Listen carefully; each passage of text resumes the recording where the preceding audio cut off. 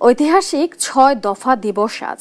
১৯৬৬ সালের এই দিনে বাঙালি জাতির মুক্তির সনদ ৬ দফা দাবির পক্ষে দেশব্যাপী গণ আন্দোলনের সূচনা হয়। পাকিস্তানি শাসক গোষ্ঠীর বৈষম্য ও শোষণের বিরুদ্ধে বঙ্গবন্ধু শেখ মুজিবুর রহমান ঘোষিত ৬ দফা হয়ে ওঠে বাঙালির বাঁচার দাবি।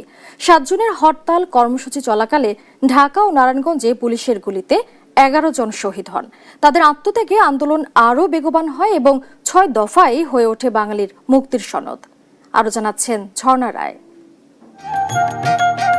পাকিস্তানি শাসনামলে দীর্ঘ রাজনৈতিক, অর্থনৈতিক ও প্রশাসনিক বৈষম্যের বিরুদ্ধে বাঙালির অধিকার প্রতিষ্ঠার লক্ষ্যে ১৯৬৬ সালের ৫ ফেব্রুয়ারি লাহোরের বিরোধী রাজনৈতিক দলগুলোর জাতীয় সম্মেলন অনুষ্ঠিত হয়।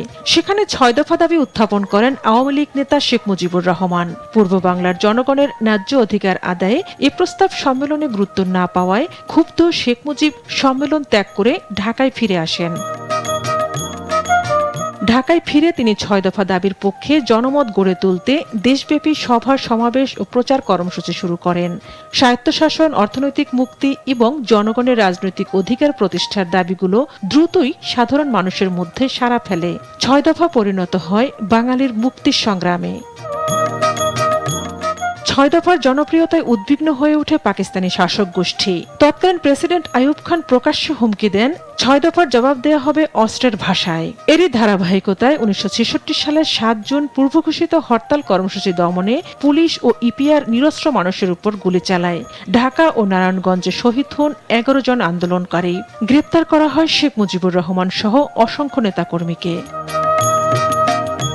কিন্তু দমনপীড়ন আন্দোলনকে থামাতে পারেনি, বরং শহীদদের রক্তে ৬ দফা আন্দোলন আরো বিস্তৃত হয়। কারাগারে থাকা অবস্থায় শেখ মুজিবের বিরুদ্ধে আগরতলা ষড়যন্ত্র মামলা দায়ের করলেও জনতার আন্দোলন ক্রমেই তীব্র হতে থাকে। ইতিহাসবিদদের মতে ৬ দফাই ছিল বাঙালির স্বাধীনতা সংগ্রামের রূপরেখা, যার ধারাবাহিকতায় অর্জিত হয় মহান মুক্তিযুদ্ধের বিজয়, স্বাধীন বাংলাদেশ। ঝর্ণা রায়, দেশ টিভি, ঢাকা।